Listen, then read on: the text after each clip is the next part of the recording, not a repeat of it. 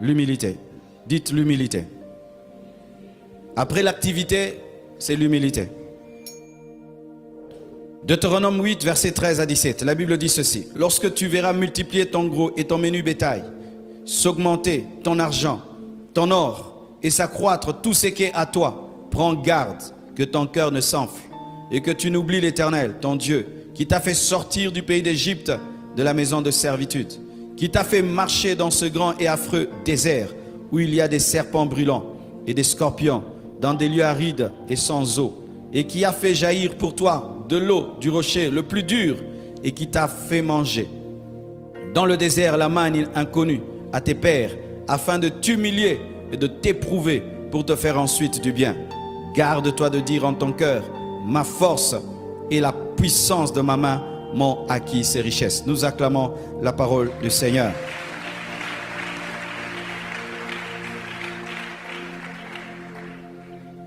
Là, Dieu est en train de prévenir Israël. Parce que Dieu connaît l'homme. Il sait que l'homme devient orgueilleux quand les choses qu'il fait marchent. L'homme devient orgueilleux lorsqu'il a du succès. Sur 10 hommes qui ont du succès, souvent 7 sont des orgueilleux. 7 sont des orgueilleux. Et l'orgueil provient de beaucoup de choses. Ça provient du gros et du menu bétail, provient de l'argent, de l'or, provient de l'intelligence, provient même de la famille. Il y a l'orgueil social. Tu es orgueilleux seulement parce que tu es d'une bonne famille. Il y a des gens qui sont comme ça. Il est orgueilleux parce qu'il est d'une grande famille. D'autres sont orgueilleux parce qu'ils ont des diplômes. D'autres sont orgueilleux parce qu'ils sont beaux, parce qu'elles sont belles. D'autres orgueilleux parce qu'il est fort physiquement. D'autres parce qu'il est élégant. D'autres sont orgueilleux parce qu'ils ont de l'argent. D'autres sont orgueilleux parce qu'ils ont des biens. D'autres sont orgueilleux parce qu'ils sont saints. D'autres sont orgueilleux parce qu'ils ont l'onction. D'autres sont orgueilleux parce qu'ils connaissent. D'autres sont orgueilleux parce qu'ils prêchent bien. D'autres, il y a de l'orgueil partout, partout. D'autres même sont orgueilleux d'être dans une église. Il y a même l'orgueil de l'église. D'autres ont l'orgueil même du pasteur. Ah, moi, mon pasteur, c'est tel. Il se vante même d'un pasteur. C'est terrible, hein? Ton orgueil vient d'où? Dieu t'interdit de t'enfler. Lorsque tu veux comprendre le terme enfler, pense à un ballon d'air. Lorsque tu commences à remplir un ballon d'air, lorsqu'il n'est pas rempli, j'appelle ça la pauvreté. Le manque de succès, l'échec. Le ballon, quand il n'est pas rempli, il est tout flasque. C'est le temps d'échec. Alors quand on commence à le remplir, tu commences à réussir. Tu commences à réussir et puis il atteint son niveau maximum où vraiment il a la forme prévue. Le ballon est beau. Mais qu'est-ce qui arrive? Certains continuent à le gonfler malgré ça. Vous connaissez, non? Mais il a déjà atteint son niveau. Gonfle, les enfants, ils continuent. Et qu'est-ce qui arrive? Ça éclate. L'orgueil fait éclater. Lorsque tu t'enfles, tu es devenu un ballon qu'on souffle, qu'on remplit au-delà de sa taille et tu vas éclater.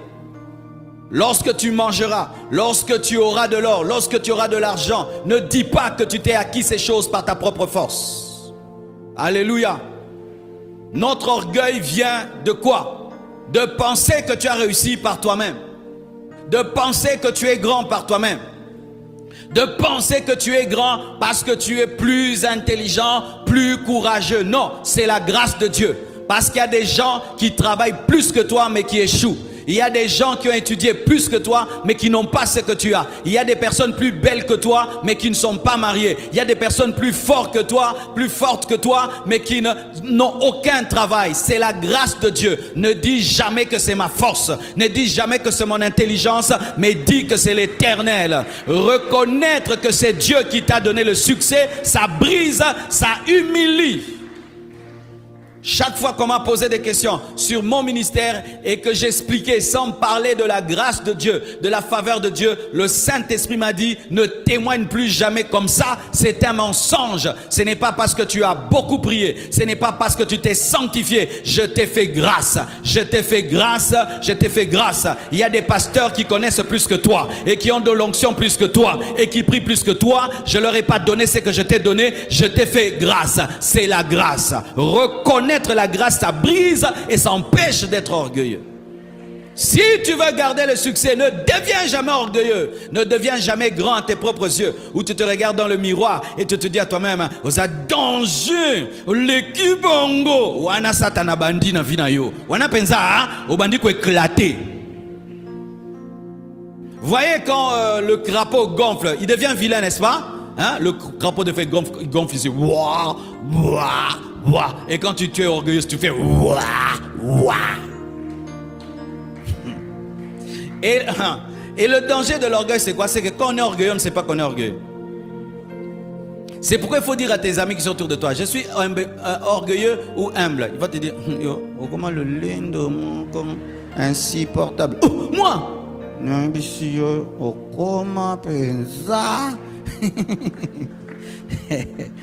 Oui, tu vois, tu ne vois pas ton dos. Qui voit ton dos? C'est ton voisin. Est-ce que tu vois ta nuque? C'est ton voisin. Et des fois, c'est ta femme qui peut te dire que tu es orgueilleux ou pas. C'est ton mari qui peut te dire que tu es orgueilleuse ou pas. Ce sont tes amis proches qui peuvent te dire, parce que souvent l'orgueilleux ne sait pas. Mais il y a des orgueilleux qui le veulent. Hein. Lui-même travaille ça, mais la plupart des orgueilleux ne savent pas. Parce que tu peux même avoir l'orgueil dans la sanctification, l'orgueil de la consécration, l'orgueil de l'onction, l'orgueil de la prédication. Tu peux avoir ça. Tu peux avoir l'onction et ça te rend orgueilleux. Satan était orgueilleux des choses spirituelles. Si vous ne savez pas, ce qui a engendré tous les péchés, ce n'est pas l'orgueil matériel, intellectuel, c'est l'orgueil spirituel. Satan était orgueilleux spirituellement. Il a dit, je monterai, je deviendrai comme le Très-Haut. Ne dis jamais que c'est toi. Dis, c'est la grâce de Dieu. Ne dis pas parce que j'ai beaucoup jeûné. Il y a des gens qui habitent Mangengenge, qui n'ont pas ton onction. Amen. Hein? C'est Dieu qui t'a fait grâce. Alors quand tu regardes ton argent, tu dis merci Seigneur, merci Seigneur. La reconnaissance pousse à la gratitude et aux actions de grâce. Soyez humble. Amen. Hein? Ne sois jamais grand à tes propres yeux. Tu vas chuter. Dieu va t'abandonner. L'orgueil précède la chute et l'humilité précède la gloire. Dieu, quand tu veux monter, il te fait descendre. Et quand tu montes, il te détruira. Ne soyez jamais comme les haricots pourris dans la casserole. Les haricots pourris montent toujours. Les bons haricots comestibles descendent. Soit les bons haricots qu'on peut manger descendent. Humilie-toi, Dieu va t'élever. Mais quand tu dis je, haricots pourris. Et vous savez, l'orgueil, c'est très vilain. Hein? Amen. Hein? Et ça rend vilain. Tu vas voir quelqu'un de très humble. Il est beau. Les gens humbles sont beaux, n'est-ce pas? Ils sont beaux. Tu vois vraiment, il est beau. Il est beau. Mais quand ce mec devient orgueilleux, tu vois le nez commence à gonfler. Vrai ou faux? Ouais, l'orgueil fait grossir le nez. Je ne sais pas pourquoi. Quelle relation entre le nez et l'orgueil? On va comprendre ça un jour. Il a des yeux hautains, un visage hautain. Et aussi l'orgueil abîme la bouche.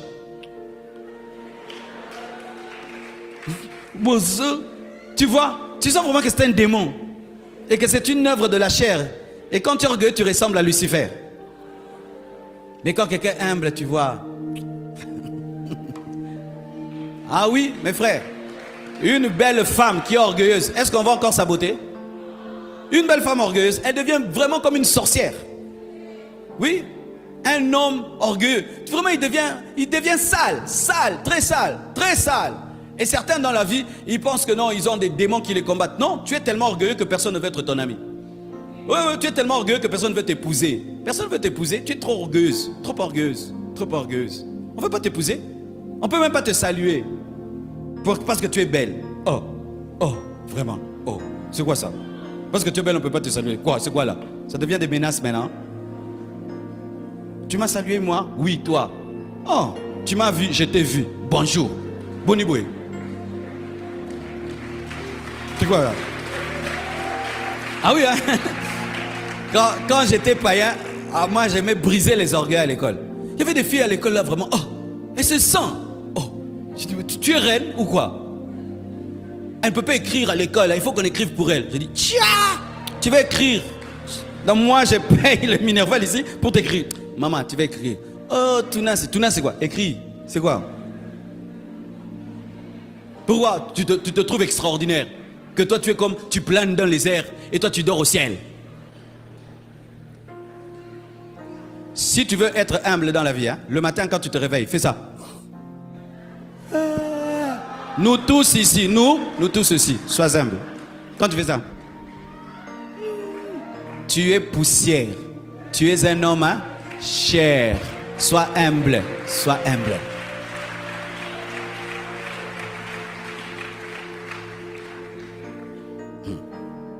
Quand je voulais me marier, j'avais rencontré une fille. C'était une fille de famille riche là. Ah, vraiment. Quand tu es riche, il faut briser tes enfants. Hein. Alors moi, j'étais pauvre, mais je l'aimais, je voulais l'épouser. Elle m'a traité selon ma pauvreté présente. Elle n'a pas vu ma gloire future. C'est ça les orgueilleux, ils ne voient jamais la gloire future des autres. Ils sont tellement aveuglés par ce qu'ils sont qu'ils ne voient pas la trajectoire de la vie des autres. Alors elle, je l'accompagne. Tu sens vraiment que quand elle vient te voir vraiment, quoi, c'est comme si elle te fait grâce. Elle s'assied sur ta chaise vraiment en mode je fais quoi ici? Elle ne peut pas boire, elle ne peut rien toucher. Ah, j'en avais jusque là. J'ai dit non, cette fille elle est orgueilleuse, elle va détruire mon ministère. Maman, viens, je t'accompagne, rentre chez vous. Et puis je l'accompagne. Et même ton argent elle ne peut pas prendre. Pourquoi? C'est l'argent des offrandes. Ouais, je ne peux pas épouser un homme de Dieu, je vais vivre des offrandes. Et si tu épouses quelqu'un qui travaille à Pain Victoire, tu vas vivre du pain. Et si tu épouses un professeur, tu vas vivre de l'argent des élèves. Mais c'est ça, non? Des gens vraiment qui complexent des fois les hommes de Dieu. Oh, vraiment. L'ouvrier mérite son salaire. Celui qui prêche l'évangile vit de l'évangile. Je suis fier de ça. Et l'avocat vit de quoi? Des problèmes des gens. S'il n'y a pas de problème, il va vivre. Alors ce jour-là, je la mets dans la voiture. Quand je la mets dans la voiture, je prends l'argent. Je donne au taxi, mais je dis, l'orgueil. Et je peux m'en dire le futur, hein, dans les futurs. Dans les futurs. Quelqu'un vient te voir, tu les regardes d'ici jusqu'en haut. Pourquoi tu es comme ça? Pourquoi vous regardez les gens comme ça? Pourquoi tu regardes les gens comme ça? Les gens voient comment tu regardes, hein? C'est pourquoi tu n'as pas de grandes relations. Faites très attention, soyez humbles. Ce n'est pas parce que tu as que les autres n'auront pas. Ce n'est pas parce que tu es arrivé que les autres ne monteront pas. Soyez humbles. L'homme qui hier avait battu le record, aujourd'hui son record c'est rien du tout. Il y a eu des nouveaux champions et des nouveaux champions. Hier, les gens qui étaient riches, aujourd'hui, hein, il y a Elon Musk. Amen. Hein? On disait Bill Gates, maintenant c'est Elon Musk. Et puis ce sera. Soyez humbles. Hier on parlait de Paul, aujourd'hui on parle de Marcelo. Soyez humbles. Et demain on va parler de toi. Je dois être humble. Je dois être humble. Soyez humbles. Arrêtez ces choses-là, de regarder les gens de la plante de pied, de les juger. Tu as un diplôme ou pas? Faites très attention. Il a laissé une voiture comment dehors? Faites attention. Ne juge pas les gens selon leur apparence. Il se peut que c'est David. Pour l'instant, c'est un berger. Demain, ça va devenir un roi. Faites très attention.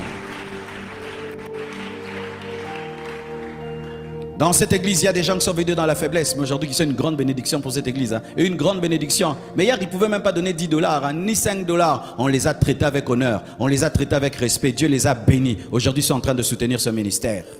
Soyez humbles. Ne parle jamais à quelqu'un comme s'il ne mérite pas ta présence. Fais vite, fais vite, fais vite, fais vite. Dieu, tu es Dieu. Même Dieu donne le temps aux gens. Toi non, sans bon.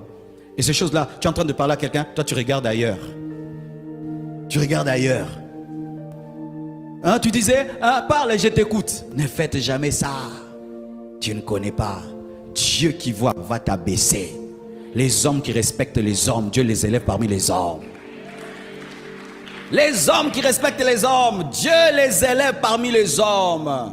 Respectez les hommes, honorez les hommes. Même si tu es grand, respecte les autres, sois humble et Dieu te gardera.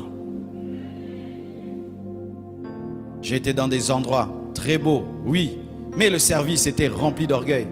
Je ne suis jamais plus revenu. Et je suis entré dans des endroits simples. Il y avait tellement d'humilité et d'amour. J'y reviens souvent. Parce que ce qui est important dans la vie de l'homme, c'est là où il est respecté et c'est là où il est honoré. Tu vois, tu as une belle maison, personne ne vient chez toi. Pourquoi? Mais on va chez ton frère là qui est pauvre, hein? Tout le monde va là-bas. Parce que là-bas, les gens se sentent honorés. Mais chez toi qui as tout, personne ne vient. Parce que quand on vient chez toi, tu regardes même comment les gens mangent. Tu critiques les gens. Tu reçois les gens avec dédain. Il est là, ça fait 1 heure. Toi, tu ne viens pas. Des choses pareilles. Quelqu'un vient te chercher. 1 heure, tu sais qu'il est là. Tu t'occupes. Lui doit rester là, quoi. Et il doit dormir sur la chaise en t'attendant. Ne faites pas ça. Tu vas descendre. Tu vas descendre, frère.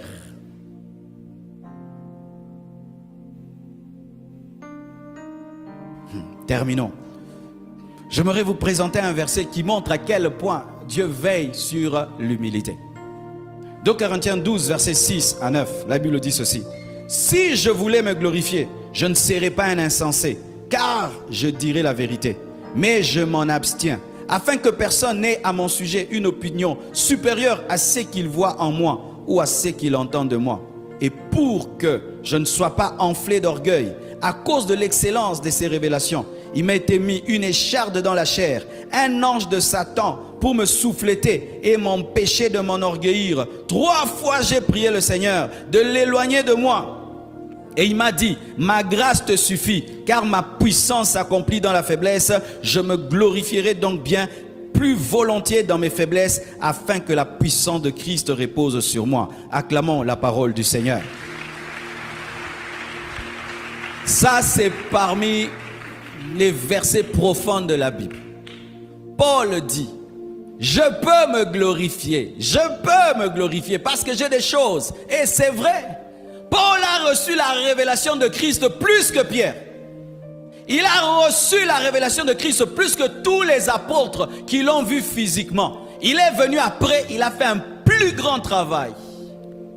Il dit, je peux me glorifier de cela. Je peux même me glorifier de mes origines. Il était juif. Il avait comme professeur Gamaliel. C'était un homme versé dans les Écritures, intègre selon le judaïsme. Mais il dit que Dieu, pour m'empêcher de m'enorgueillir, à cause de l'excellence des révélations que j'ai reçues, Dieu ne voulant pas que Paul soit orgueilleux, qu'est-ce qu'il a fait? Il a mis dans sa chair un démon. C'est écrit, hein? Moi j'aime lire la Bible telle qu'elle est d'abord, avant de commencer à extrapoler. Un esprit méchant, un ange de Satan, a été mis pas dans l'esprit de Paul, ni dans l'âme, dans le corps, pour le souffleter. Souffleter, le terme c'est quoi? Le faire souffrir, c'est-à-dire lui donner des petits coups qui le font souffrir, afin qu'il puisse être humble. Et les interprétations sont diverses à ce sujet. Certains disent que c'était une maladie, que Paul avait une bosse. D'autres disent qu'il avait un problème des yeux. Mais il n'y a pas trop de précision. Mais la précision que nous avons, c'est que Dieu permettait au diable de déranger le corps de Paul. C'est ça. Même si ça te dérange, c'est écrit. Lui-même en parle. C'est-à-dire quand il faisait des miracles, il prêchait et qu'il avait des douleurs dans le corps, ça l'humiliait. C'était ça. Vous imaginez, Dieu accepte, permet à un démon de toucher son serviteur parce qu'il ne veut pas qu'il soit orgueilleux. Parce qu'il se souvient de ce que Moïse a fait. Moïse a frappé le rocher au lieu de parler. Et Dieu a dit, tu n'entres pas. C'était l'orgueil aussi. Il se souvient de la rébellion de Lucifer. Et il a permis au diable de déranger le corps de Paul pour qu'il ne devienne pas orgueilleux. C'est dire quoi? Si cet esprit ne dérangeait pas Paul, il allait être orgueilleux. Oui, c'était comme un frein. Un frein. Ce n'est pas que Dieu va t'envoyer cela. Mais qu'est-ce qui arrive des fois? C'est que lorsque Dieu voit qu'il t'a beaucoup donné et cela peut t'amener de l'orgueil, il va t'humilier dans un domaine de ta vie. C'est quand tu vois un grand prédicateur, mais lui-même n'a pas d'enfant. Tu vois un grand prédicateur, il fait marcher les paralytiques, lui-même porte les lunettes. Un grand Moïse, lui-même bégaye. Comme ça te garde dans l'humilité. Lorsque Dieu voit que tu risques de t'enorgueillir, il peut créer dans ta vie un problème qui t'humilie. Ou tu dis, je suis un homme. Parce que si tu étais Dieu, toi-même, tu allais résoudre ton propre problème. Alléluia. Frère, Dieu n'aime pas l'orgueil, mes frères. Dieu n'aime pas l'orgueil. Et toi, peut-être, tu n'as pas encore discerné la chose que Dieu a établie dans ta vie pour te garder humble. Il se peut qu'il y a quelque chose dans ta vie où Dieu sent que tu es très orgueilleux, il met un problème dans ta vie. Que ce soit là où tu pleures toi aussi, là où tu cries toi aussi. Et il a prié 3 fois et Dieu a dit, je n'enlève pas, ma grâce te suffit. Au Tigala Bongo. C'est dire que Paul est mort avec ce problème-là. Dieu ne l'a jamais résolu. Parce que c'était important. Lorsque tu as une Ferrari qui va vite, il faut avoir des bons freins. C'était le frein. Certains, ils disent, moi aussi Dieu m'a mis un ange. C'est souvent quand la dimension spirituelle est tellement élevée que tu peux devenir un Dieu. Vous voyez, il y a des hommes qui sont devenus dieux, qui ont créé même des religions. Paul pouvait créer une religion, mes frères. Mais Dieu voyant le bagage qu'il lui a donné et le danger qu'il courait, Dieu l'a brisé en créant ce problème-là. Pour te dire, frère, quand tu joues à l'orgueilleux, à parler comme un orgueilleux, à marcher comme un orgueilleux, à réagir comme un orgueilleux, à t'enfler de ce que Dieu t'a donné par grâce, ce que Dieu a fait dans ta vie par grâce, tu es en train de chercher dans ta vie un problème qui va t'humilier.